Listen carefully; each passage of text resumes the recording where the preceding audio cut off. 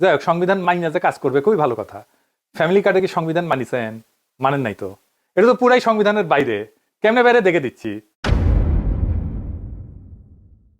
এই যে family card, এটা কোন মন্ত্রণালয় দিছে? সমাজ কল্যাণ মন্ত্রণালয়। কোন বাজেট থেকে দিছে?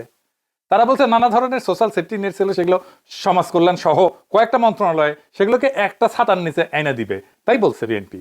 রেকর্ড আছে। যাই হোক, তো এই টাকা যে নিচ্ছে বাজেটে, এটা কি সংসদে অনুমোদিত? না তো। এটা তো প্রফেসর ইউনূসের করা বাজেট, সংবিধানের ধারার বাইরের বাজেট। তো এটা নিচ্ছেন কেন? তার উপরে আপনি এক বাজেটের টাকা আর এক বাজেটে দিতেই পারবেন না, সংসদের অনুমোদন লাগবে। একটা জায়গায় আপনার সংসদের অনুমোদন না নিয়েও কাজ করতে পারেন, যদি একই প্রোগ্রাম হয় কিন্তু ডেলিভারি সিস্টেম আলাদা হয়, তাহলে এটাকে রিস্ট্রাকচারিং বলা হয়।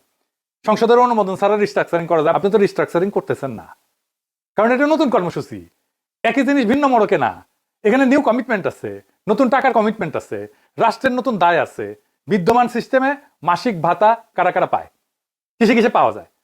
একটা হইতেছে বয়স্ক ভাতা। কত টাকা? 600 টাকা পার মাস। তার কি বিধবা ভাতা বা স্বামী পরিত্যক্ত ভাতা, প্রত্যেক মাসে 550 টাকা। আর কি প্রতিবন্ধী ভাতা, 850 টাকা প্রত্যেক মাসে। এগুলোই মাসে মাসে। তো ফ্যামিলি কার্ডের বাইরেও দিচ্ছে, বয়স্ক, বিধবা বা প্রতিবন্ধী এর বাইরেও তো দিচ্ছে, তাই না?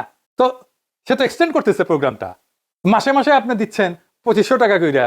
এর চেয়ে বড় এক্সটেন্ডেড প্রোগ্রাম, এটা রাষ্ট্রের দায় না? এটা আপনি সংসদে তুলবেন না?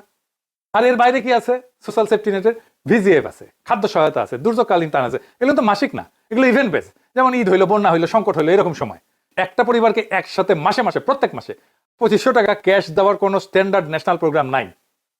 এখানে রাষ্ট্র নতুন দায় নিতেছে, সেই দায়ের অনুমোদন সংসদ ছাড়া সম্ভব না, ফুল স্টপ। আর যদি পুরনো প্রোগ্রামই নতুন নামে চালায়, তাহলে সেটা সংসদে বলুক।